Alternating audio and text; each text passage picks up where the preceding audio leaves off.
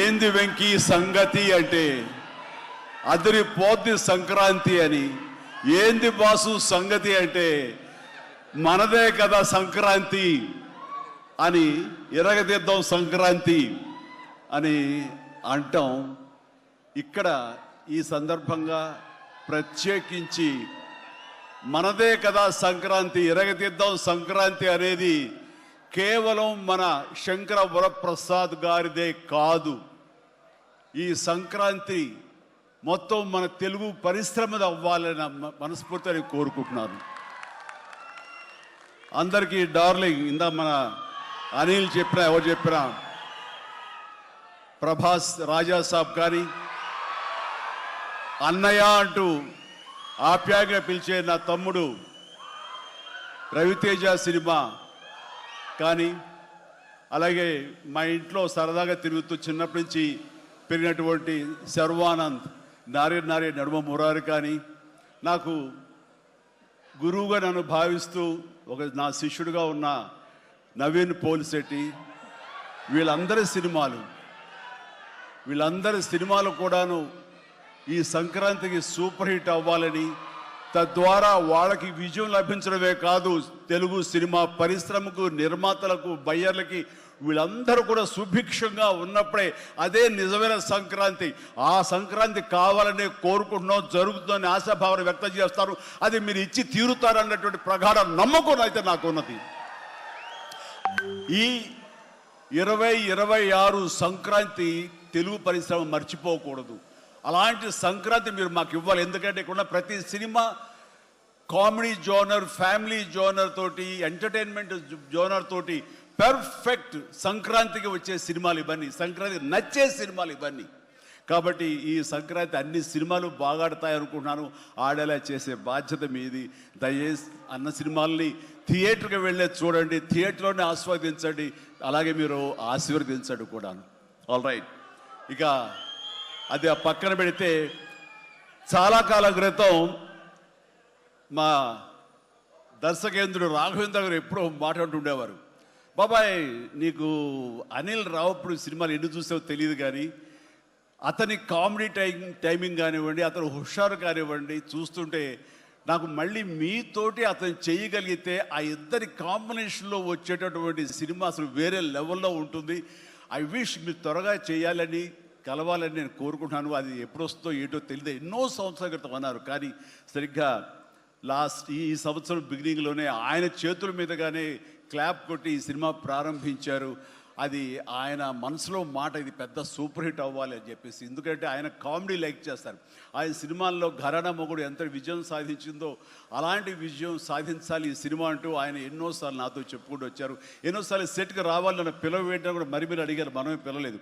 ఆయన ఎవరైనా హీరోయిన్లు ఉన్నప్పుడు మాత్రమే వస్తాను, ఏదైనా హుషారుగా వస్తుంది అంటుంటారు ఆయన. అది కుదరలేదు ఎందుకో. బట్ ఏమైనా సరే ఈ సినిమా కథ కుదిరింది అని సంక్రాంతికి వస్తున్నాం తర్వాత అనిల్ రావుపూడి నా దగ్గరకు వచ్చి కథాంశం చెప్పినప్పుడు చాలా బాగుంది, ఫ్యామిలీ టచ్ ఉంది, సెంటిమెంట్ ఉంది, చిన్నపిల్లలతో నాకు అటాచ్మెంట్ ఉంది, చాలా హృదయంగా ఉంది, హార్ట్ టచింగ్ సీన్స్ ఉన్నాయి.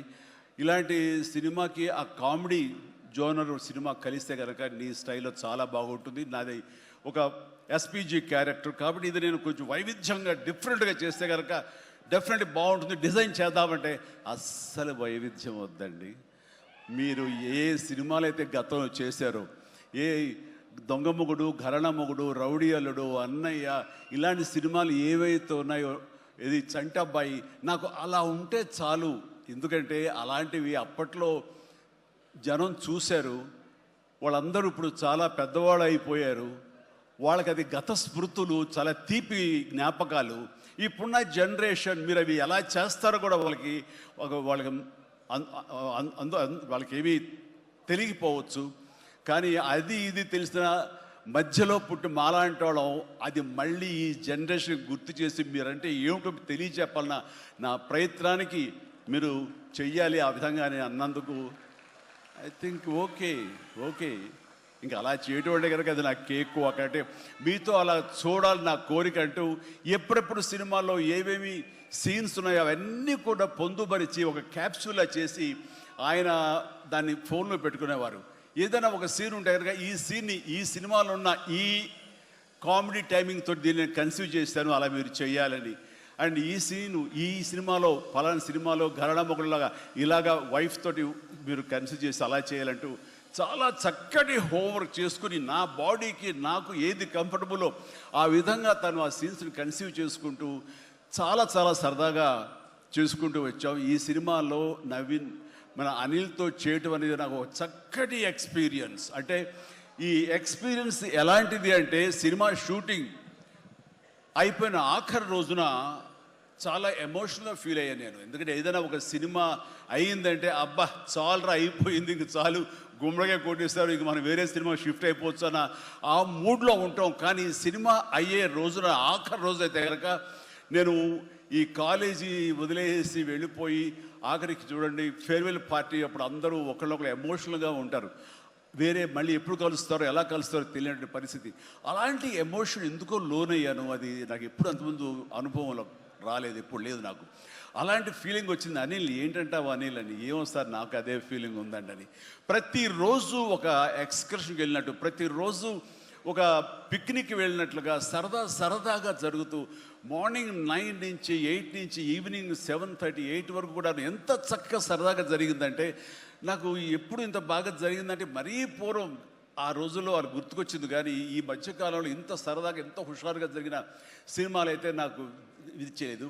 దానికి ప్రధానమైన కారణం సీన్ కానివ్వండి, అది మేము చేసే విధానం అయితే ఉండొచ్చు, కానీ మా చేత నడిపించిన విధానం, అందరిని అంత సరదాగా పెట్టినటువంటి అట్మాస్ఫియర్ క్రియేట్ చేసినట్టు ఇది కేవలం అనిల్ రావిపూడికి మాత్రమే చెందుతుంది. అండ్ ఎక్కడ ఏది టైం తెలియనివాడు, ప్రతి ఒక్కరిని on the screen off the screen హుషారుగా ఉంచుతాడు. ఇలాంటి డైరెక్టర్లు దొరికితే కనుక ఎవరైనా సరే ఇలాంటి క్యారెక్టర్స్ చాలా ఈజీగా చేసేయగలరు. అండ్ మరీ ముఖ్యంగా అనిల్ రావిపూడి గురించి నేను చెప్పాలనుకున్నది, ప్రతి ఒక్కరు కూడా తెలుసుకోవాల్సింది ఏంటంటే ఈ సినిమా ఆల్రెడీ సూపర్ హిట్ అయిపోయింది. ఏ రకంగానంటే